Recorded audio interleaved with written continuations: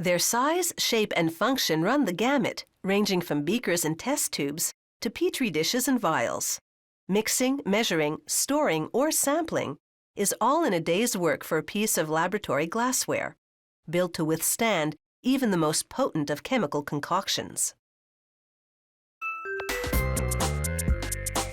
Many scientific breakthroughs are born here, inside laboratory glassware, the tubes scientists use to hold liquid samples for chemical experiments. They start off as thin glass tubing, stacked by size, weight, length, and diameter. Workers select the correct size for the culture tubes they're making and place them in a magazine. As it spins, it drops a tube into each slot on a cutting bed. Then comes the first cut by gas flame. When the heated tubing contacts the wet steel blade, the thermal shock results in a clean separation of the glass. The tubes get a second thermal shock treatment, which cuts them to length. Then it's onto the glazing bed.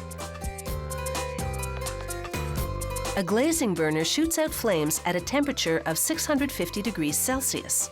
The heat melts each tube at one end, forming a lip called a glass bead. Just 2 seconds of heat splits the tubes into two. The intense heat forces the glass bottom of each tube to close in on itself. The finishing fire smooths out the closure. Then they shoot a small amount of air into the opened end of the tube, which forms the round curvature on the bottom. Now the tubes head into an annealing oven side by side. They bake for about 15 minutes in 650 degrees Celsius heat. This strengthens the glass so it'll better resist cracking. The heat also sterilizes the tubes. Once the tubes cool, workers collect and pack them. Here they're making pipettes, long tubes that labs use to transfer fluids. A flame heats the glass to form an indentation, which determines the flow rate through the pipette. A wider flame then heats the glass, making it soft and malleable. Large rollers tug at the sides, drawing the soft glass to form the pipette's tip. Now for the other end of the pipette.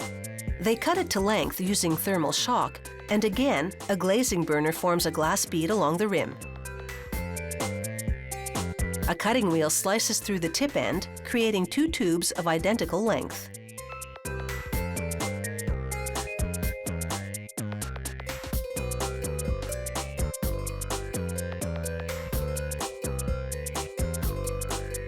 This production line makes vials.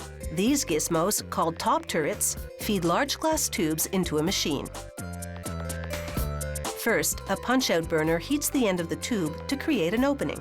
Then a steel pin widens the hole on the upper part of the vial.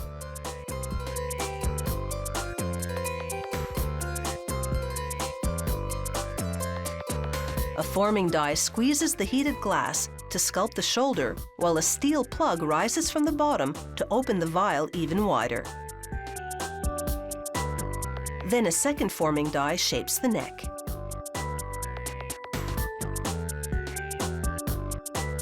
Next, a parting burner splits the vial into 2. A bottom turret plucks the newly created one and draws out the soft glass to lengthen it. Fingers inside the turret prevent the glass from breaking. All that's left now is shaping the bottom of the vial. A burner forms a concave base in less than a second.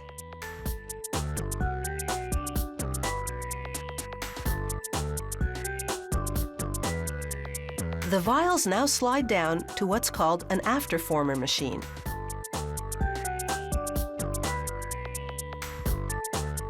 Here, suction cups lift and place each vial into metal grooves on a printer bed. It's a basic silkscreen printing process, with a squeegee pushing paint through the screen's holes onto the vial. Grippers now place the vials on a rack headed for the oven, where they'll bake for about 20 minutes. Finally, a robotic arm whisks the finished vials to packaging. From there, it's off to a blood bank, a hospital, or chemistry class.